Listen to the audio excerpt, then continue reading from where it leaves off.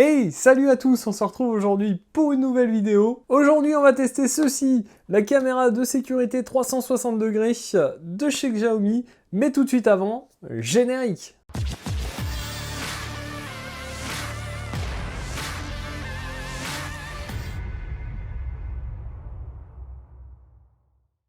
Alors, comme tout le monde le sait, Xiaomi nous a fait part de plein de smartphones super sympas cette année. Mais si vous ne le savez pas, Xiaomi ne fait pas que des smartphones. Ils sont arrivés sur le marché avec plein d'autres objets, des aspirateurs, des montres connectées, plein de petites choses super sympas. Et donc aujourd'hui, on va parler de cette caméra 360 degrés 1080p. On va tout de suite faire un petit déballage de cette caméra, voir un peu ce qu'ils nous fournissent avec cette caméra dans le packaging. Et puis on se retrouve après, je vous montre l'application, comment ça se connecte, comment ça fonctionne. Et puis on verra après pour voir un petit peu mon avis sur cette caméra.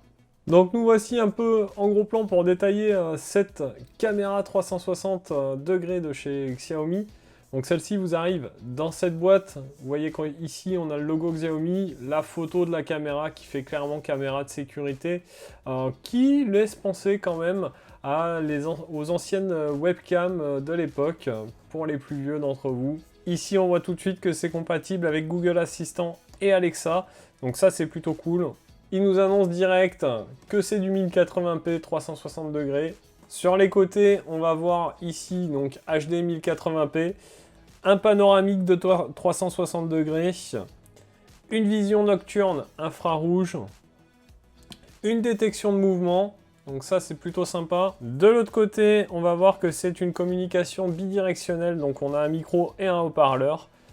Un codec H265, donc ce qui va permettre de compresser la vidéo et d'en mettre un peu plus sur la carte SD.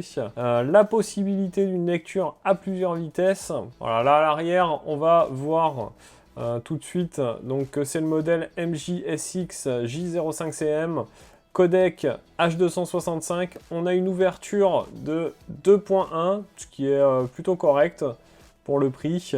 Résolution 1080p, on a un poids total de 310 grammes et un angle de vision de la caméra de 110 degrés. On a la capacité de mettre une micro SD, qui peut aller jusqu'à 64 Go. Donc ça laisse le temps de voir venir. La compatibilité du Wi-Fi, on est sur un Wi-Fi 2,4 Go, c'est un petit peu dommage, j'aurais aimé du 5 Go. C'est compatible avec Android et iOS. Donc à l'intérieur, lorsqu'on ouvre, on va trouver une petite boîte avec à l'intérieur un câble USB, micro USB qui fait au moins 1,50 m.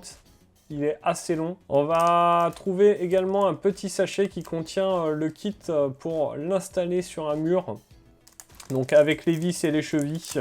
Ça c'est plutôt sympa aussi. Et puis un petit manuel d'utilisation avec une partie en français. Alors ensuite on va découvrir donc notre caméra. Ici vous voyez le haut-parleur. À l'arrière, la prise micro USB, le petit bouton reset. Donc sur le devant de la caméra, on va avoir ici une petite LED qui va vous indiquer qu'elle est en fonction. En dessous, je ne sais pas si on va bien voir, on a le petit micro. Donc si on lève la caméra comme ceci, hop, on va avoir ici l'emplacement de la carte micro SD. Donc là, moi j'ai pris celle-ci, la NetAC en 16 Go. Hop, on la met dedans. Alors, faut avoir des petits doigts. Hein. Donc, on va tout de suite brancher cette caméra. Hop. Donc là, en l'occurrence, je la branche à mon PC. Voilà, donc là, on voit ici que le voyant est orange. On va hop, aller sur l'application. Donc, il faut aller sur Xiaomi Home. Là, vous voyez qu'elle s'initialise. Donc ici on est sur l'application Xiaomi Home. Donc la caméra s'est initialisée. Donc normalement on devrait la retrouver ici. Si on appuie sur lecture, alors vous allez me voir en train de filmer. Vous voyez qu'on a une qualité quand même qui est plutôt sympa. Voilà, vous voyez qu'on peut lever. Vous voyez mon appareil photo là. Hop. Ici. Voilà, des lumières. Hop.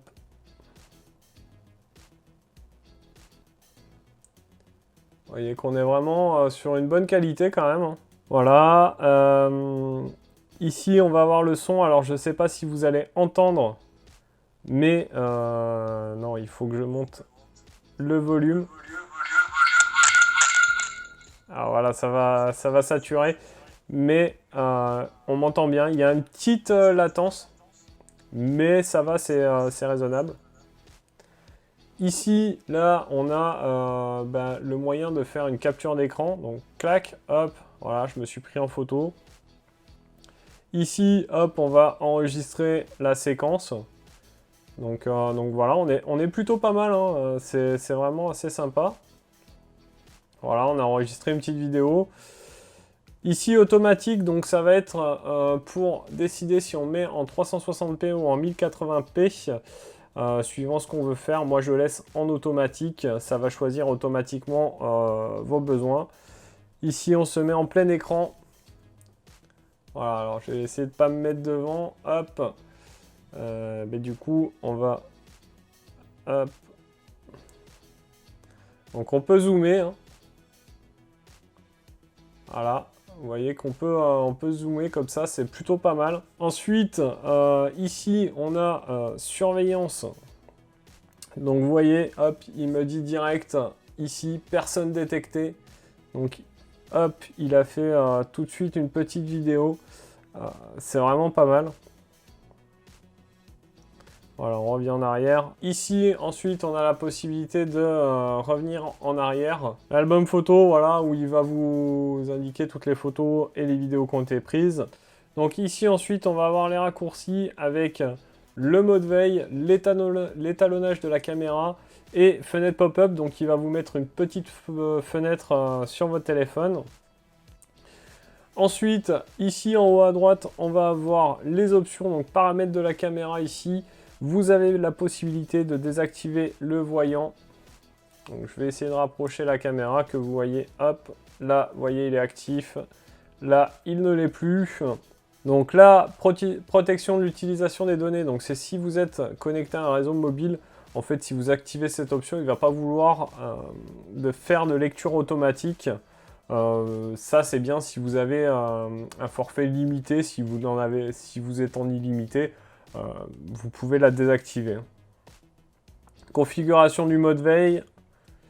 Les paramètres d'affichage, donc l'horodatage, la correction de la distorsion de l'objectif, le WDR et pivoter l'image. Vous pouvez, voilà, suivant comment est orientée la caméra, pivoter. Et les réglages de la vision nocturne. Donc, on parlait de la couleur avec faible luminosité. Je ne sais pas si vous allez bien voir, mais en gros, ça donne ceci. Donc, ensuite, vous avez la configuration de l'assistant de surveillance du domicile. Donc, les périodes, les paramètres de sensibilité, beaucoup de choses comme ça. C'est vraiment pas mal. La gestion du stockage, donc soit sur la carte SD, soit sur le NAS. Donc, l'automatisation ici. Avec un petit plus, voilà, vous mettez des petits paramètres pour automatiser la caméra. Partager l'appareil, donc vous pouvez la partager à quelqu'un d'autre. Réglages généraux, voilà, vous pouvez vérifier hop, les mises à jour. Donc là, il me dit que c'est à jour. Donc voilà, vous avez vu un peu ce que donnait cette application avec cette caméra. On va tout de suite se retrouver en plan large pour que je vous donne un peu mon avis sur celle-ci. Alors, vous avez vu dans ce gros plan que cette caméra est plutôt simple à installer. Bien faire attention, vous l'avez vu, de ne pas être sur un Wi-Fi 2,5 Go, mais d'être sur un 2,4. C'est super important, sinon vous ne pourrez pas la détecter. Alors concrètement, qu'est-ce que je pense de cette caméra? Moi, c'est que déjà, le premier avantage, c'est sa tête pivotante 360 degrés. Plus la verticale, ça c'est super cool, c'est motorisé, on ne l'a pas sur toutes les caméras, donc voilà, ça permet de la fixer à un endroit, mais de pouvoir balayer toute une pièce, ça c'est plutôt cool. Ce que je tiens à noter aussi, c'est la qualité d'image. Alors clairement, on n'est pas sur la qualité d'image de l'appareil dont je me sers pour filmer là, mais c'est parce qu'on demande à une caméra de sécurité, on demande d'avoir une image propre, mais pas un truc de ouf. Donc là, c'est le cas, on a une bonne image. En vision nocturne, elle est plutôt sympa aussi. L'application, elle est plutôt pas mal. On a pas mal de fonctions intéressantes. On a la possibilité de faire des captures d'écran, la détection de mouvement. On a vraiment pas mal de choses et ça, c'est plutôt cool. La possibilité aussi également de mettre une carte micro SD, ça c'est super sympa, ça permet voilà, de pouvoir justement revenir en arrière. Toutefois, attention, toutes les cartes USB ne passent pas. Et il y en a qui vont dépasser un petit peu trop. Et du coup, ça va bloquer de temps en temps sur le pivotement vertical.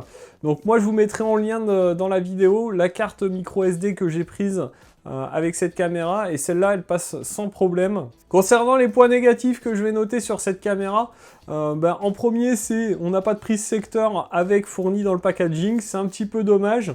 Bon, en même temps, tout le monde en a aujourd'hui, mais on aurait aimé qu'il y en ait un dans le packaging. Ce qui est un petit peu dommage aussi, c'est que la tête ne pivote pas automatiquement. On n'a pas de système automatique. Ça aurait été plutôt cool. Ce que je vais noter aussi, c'est la qualité audio qui est pas super.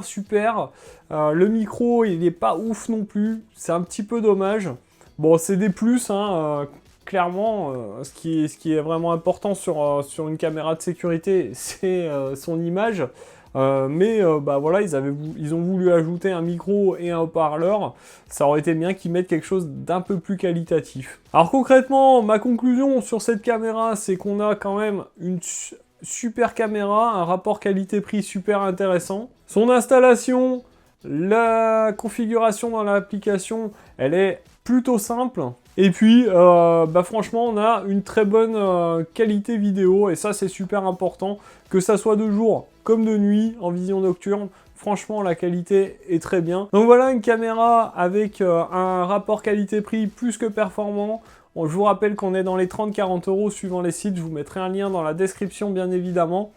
J'espère que cette vidéo vous aura plu. Il y a d'autres vidéos Xiaomi qui arriveront. Pour ne pas les rater, n'oubliez pas de lâcher un petit pouce bleu, de vous abonner et de cliquer sur la petite cloche. C'est super important, ça vous évitera de ne pas rater les prochaines vidéos. Et puis ça permet de soutenir la chaîne et de faire grandir la communauté. Et moi en attendant, je vais vous souhaiter à tous une bonne journée ou une bonne fin de journée, suivant l'heure que vous regardez. A plus et bon shoot!